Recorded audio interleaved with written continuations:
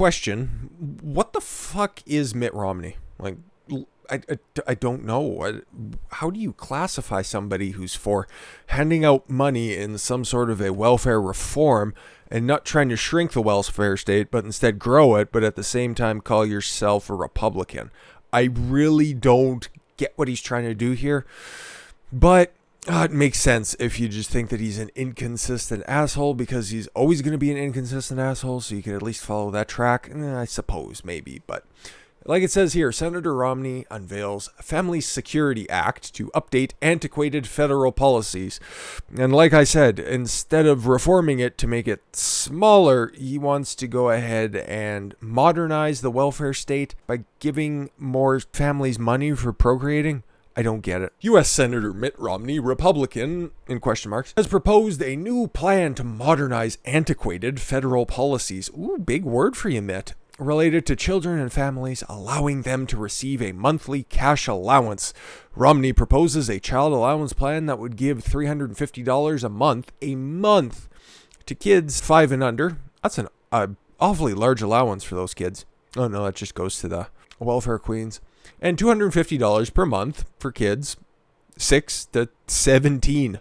Wow. You know damn right Democrats are going to be behind this 100%, because if you take a look at the couples that are out there, okay, a large majority of liberal couples can't even procreate for obvious reasons, but they overwhelmingly don't want to have kids. So the government's trying to incentivize a voter base, hence why they're always behind amnesty projects, because they understand that their base is slowly dying a death, and replacement rate is nowhere near adequate. The fact of the matter is, people, especially in California, there was a 20-year study or 10-year study that Californians moving over to Texas in a matter of 7 years. Throughout the study, they found out that they actually vote more conservative. These are the Californians that flee over to Texas, vote more conservative than native-born Texans. There's just those pesky cities like Dallas, which is becoming more increasingly blue, and Austin, which is just lost to all time, and Houston, I suppose. But in typical Democrat fashion, instead of addressing the root problem, hey, we'll just throw some money at it. So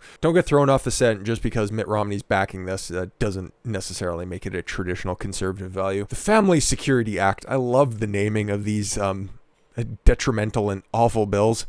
Oh, it's something good for you. You'll love it. It's security. Remember what Ben Franklin said about security?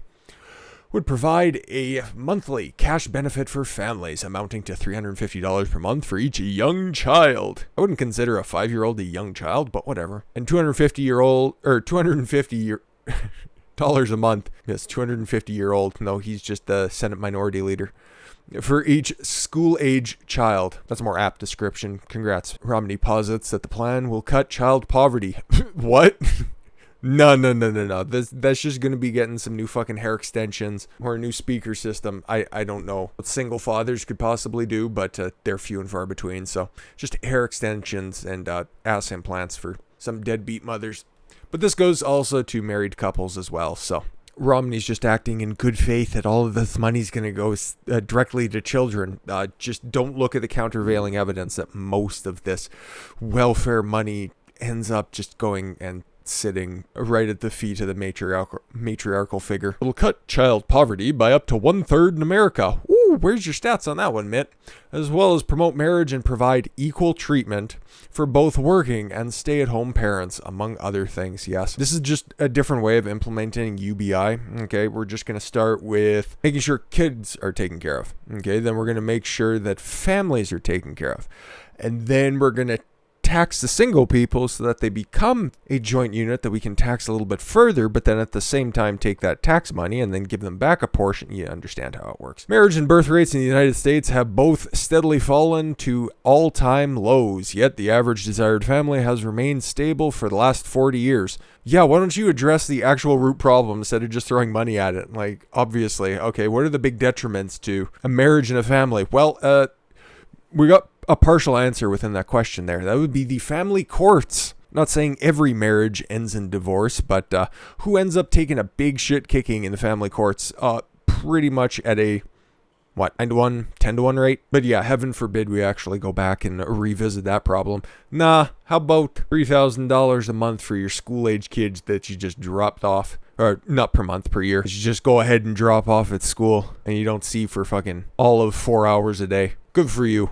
Good for you. Our family support and welfare system has not seen comprehensive reform since 1996, while the modern economy has left families further behind. No, they were doing pretty well the past 3 years, but that was because a guy that was in charge you just vehemently hate oh so much.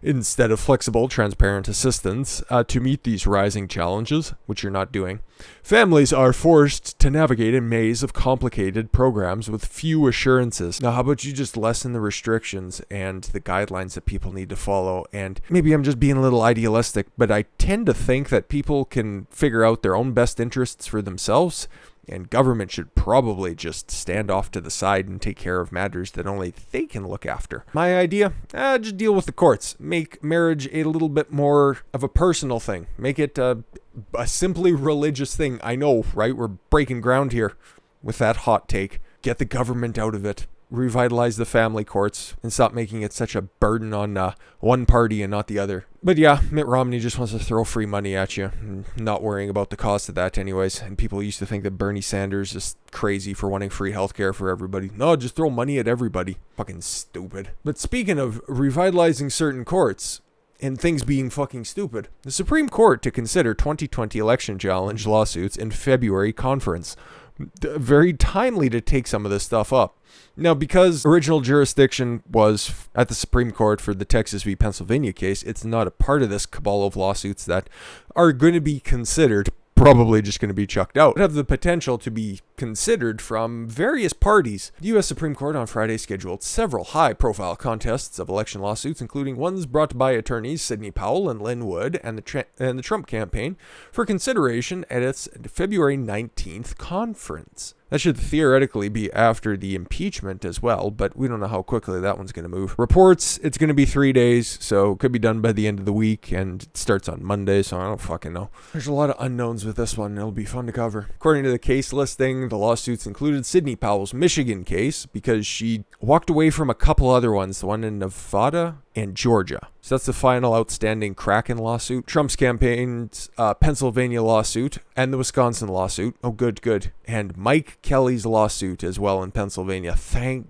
God that was the one that actually got a favorable ruling at the civil court. And then it just, shuffled from desk to desk. And Lynn Wood's Georgia case. Now, I'll give you some backgrounds on each one of those. Powell's Michigan petition sought emergency declaratory relief, avowing that the president's election results certified by Michigan officials were unconstitutional and otherwise contrary to law, together with injunctive relief decertifying those results. Wood's Georgia petition asked for the Supreme Court to enter an emergency order instructing respondents to decertify the results of the general election for the office of president. Kelly's petition was Act 77 that prohibits the executive respondents from taking official action to tabulate, computate, canvass, certify, or otherwise finalize the results of the election. The Trump campaign suits similarly called for emergency injunctive relief in the form of expedited hearings and blocking certification of the Electoral College votes for Biden. So why is this important? Well, like I've been saying for a little while now, everything that's going to be going on with these lawsuits, once they do eventually get heard by courts, if they ever do, and there's a chance here, albeit not a very large one, but once they get put in front of these judges, they have to make a ruling going forward whether or not you're going to accept theoretically unconstitutional rules, whether there needs to be strict adherence to the methods in which votes are counted and tabulated. All of these are very important questions, and processes need to be outlined, precedent needs to be set, and the only way that change can occur going forward into the 2020 midterms and the 2024 general election is if all of these are outlined. There's only a certain amount of legislation that can be done from the state level, and all of that should still be going forth, but this would set a nationwide mandate that you have to follow your state's constitution in order for something to be constitutional. I know, weird. And what would be the proper remedy if such a case and such a scenario arises once again? Now, the emergency injunctions are all moot at this point, okay? But if anybody on the Supreme Court, if they come together and they have a vote on it, they need to figure out, okay, what is the procedure going forward? If something like this happens again, what is the proper procedure going forward? Lay it out, make it concrete, and I think that this is a good step in order to figure out that there are standards and procedures needed. At least clarification. At the same time, yeah, there's 6 cases there. Oh, I don't think any of them are going to be heard in front of the Supreme Court, but if I'm to guess, Trump's and Mike Kelly's, but probably Mike Kelly's is the strongest one because Alito actually made some kind of a ruling on that one as well. All of them are important, but if one of them is going to be heard, it's probably going to be Mike Kelly's, but I'd still give that like a 15% chance of being heard. It's not likely. The Supreme Court really just wants to do nothing. It's weird, right, that the old man Joe Biden's actually signing more faux legislation than the Supreme Court has in a very long time.